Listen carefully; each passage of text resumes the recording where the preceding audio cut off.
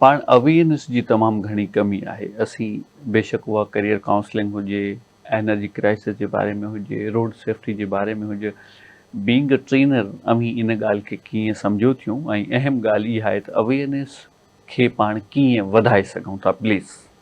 ॾिसो अवेयरनेस ही सभु कुझु हूंदी आहे, छो जो अवेयर तव्हां हूंदो त ई तव्हां पाण खे बहितर बनाए सघंदो ऐं जेके नुक़सानदेह शयूं आहिनि उन्हनि खे तव्हां घटाए सघंदो ऐं जेका फ़ाइदोमंद शयूं आहिनि उनखे अपनाए सघंदो। त अवेयरनेस जीअं असां वर्क कंदा आहियूं, मां इन फील्ड सेमिनार्स कंदी आहियां, सेशन्स कंदी आहियां, पॉडकास्ट कंदी आहियां ऐं मां कीप शेयरिंग लाइक हाणे तव्हां सां ॻाल्हाईंदमि, असां डिस्कस कंदा आहियूं, प्रोडक्टिव डिस्कशन कंदा आहियूं।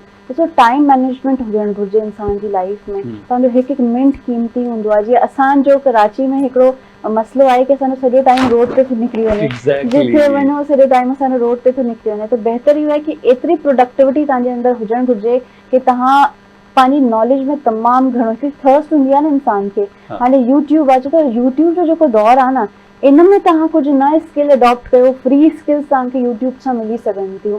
जीअं मां पंहिंजी अम्मी जी मिसाल ॾींदमि, हो प्रोफेसर आहे, होम्योपैथिक डॉक्टर आहे, पर हू निटिंग जा नया नया तरीक़ा यूट्यूब ते सिखंदी आहे। त तव्हां सभु कुझु सिखी सघो था अगरि तव्हांजे अंदरि थर्स्ट आहे ऐं थर्स्ट तव्हांखे पैदा करणी पवंदी। बिल्कुलु हा, त पोइ तव्हां हर शइ करे वेंदो। ऐं असां सेशन सेमिनार हेॾां होॾां जेको बि आहे, इलाही अवेयरनेस थी सघे थी। यूट्यूब जा ऐं सोशल मीडिया जा जेके प्लेटफॉर्म्स आहिनि, हो त भरिया पिया आहिनि नॉलेज सां। बिल्कुलु सही।